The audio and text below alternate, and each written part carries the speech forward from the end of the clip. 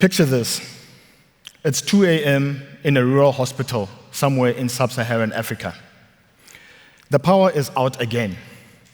A doctor is trying to deliver a baby in the dark.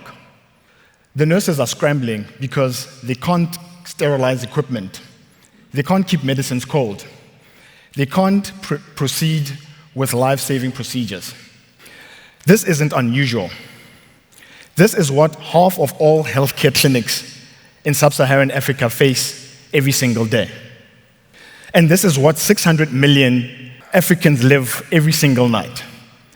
That is twice the entire population of the United States sitting in darkness every single night. Now, when you imagine the African continent, do you see this? Or do you see what I see? A place where innovation, community transformation, and prosperity could thrive together. Because here's what most people don't know. Africa has 60% of the world's best solar resources. We could generate over 1,000 gigawatts of renewable energy, enough to power ourselves many times over and export to the rest of the world. Yet we receive less than 2% of the global renewable energy investment. Less than 2%. This isn't a resource problem. It's a failure of imagination, a courage gap. I grew up in Tabanchu, a small rural town in South Africa's Free State. I'm part of the first generation to benefit from a free democratic South Africa. And my parents worked tirelessly to give me access into quality education. That education became my bridge into university, into a corporate career in sales and marketing that was far away from home in the big city. I thought I'd made it. I thought I'd become successful. I thought I was living the dream. But then I realized something that changed everything. That opportunity that lifted me out, that quality education, that bridge into endless possibilities, it wasn't there for the majority of people I grew up with. It wasn't there for communities across the continent I've come to know. This is when I understood that individual success without collective transformation is meaningless. That bridge that lifted me out did not happen for other Africans, and it wasn't built for everybody else. So I started paying attention, really paying attention. 90 million children across Africa study by candlelight every night, inhaling toxins that cause over 3 million premature deaths every year from household air pollution. And Africa's energy demand is set to double by 2040. But here's the part that should outrage us all. We already have the technology to fix this. It exists. It's proven. It's scalable. Solar, wind, concentrated solar with molten salt storage, battery, all of it works. The problem isn't technology. The problem is how we've been thinking about business itself. See, we were raised to believe that business works like this. Profit first. If you focus on the bottom line, everything else will follow. Build a power plant, sell the electricity to whoever can afford it, maximize returns, exit, move on. But communities remain in darkness. Investors get paid, but nothing changes. But in a world where inequality, climate disasters, and youth unemployment collide, that equation is broken. Your license to operate is no longer just how much you earn, it's how much you can change. Because here's the truth. Purpose isn't the opposite of profit. Purpose is the pathway to sustainable profit. So the question became, what if business could be the solution and not the problem? What if transformation and profit coexisted?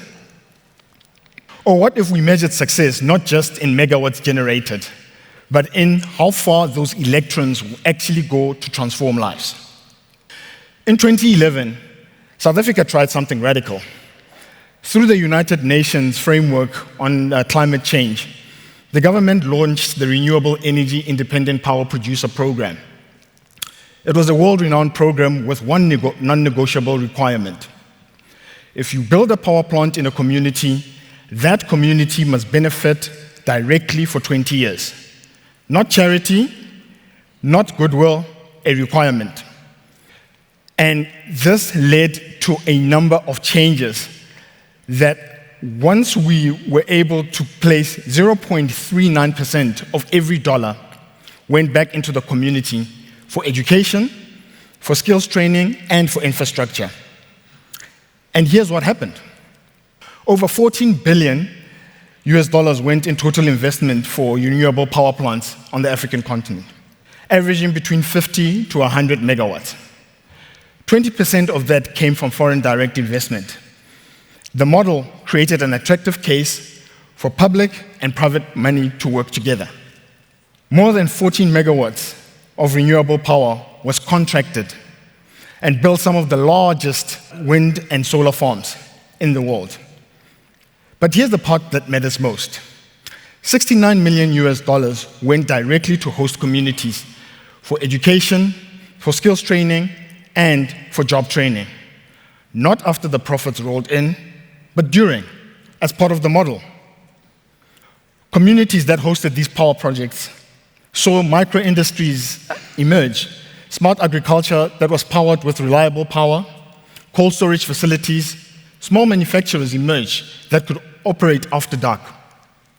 Young people who once had no technical skills were trained as solar technicians, as battery storage specialists, as well as microgrid engineers. They weren't just getting jobs. They were building businesses, maintaining these systems, creating local economies that didn't exist before.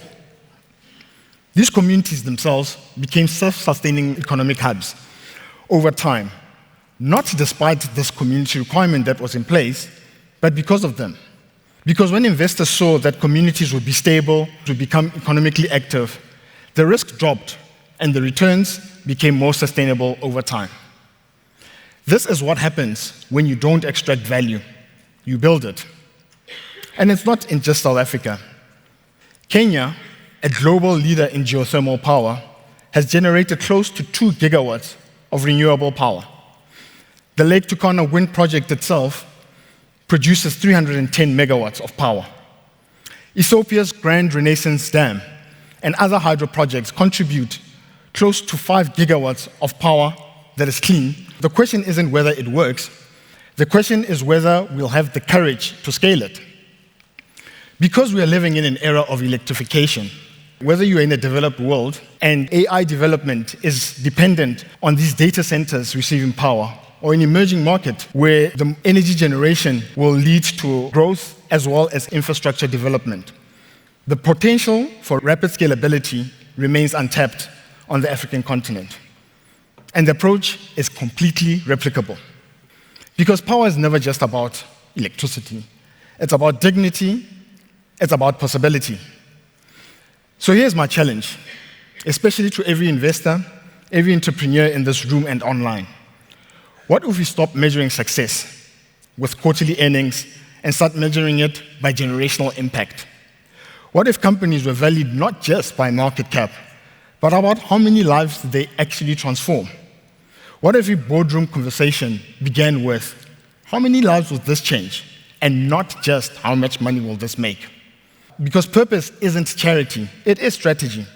Purpose is what makes you resilient when markets crash. Purpose is what attracts the best talent, the most loyal customers, the smartest capital.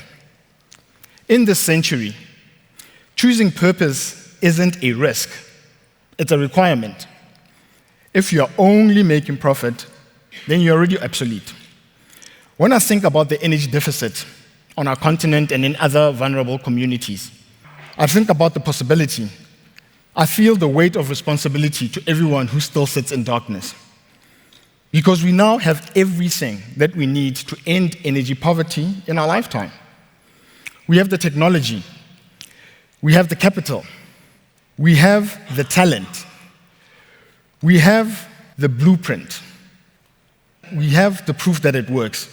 But what we need is courage, the courage to believe that business can heal instead of harm, the courage to invest in transformation and not extraction, the courage to measure success not only in dollars, but also in dignity. So here's what I'm asking you to do. If you're a policymaker, demand that energy contracts include community benefits as a standard practice.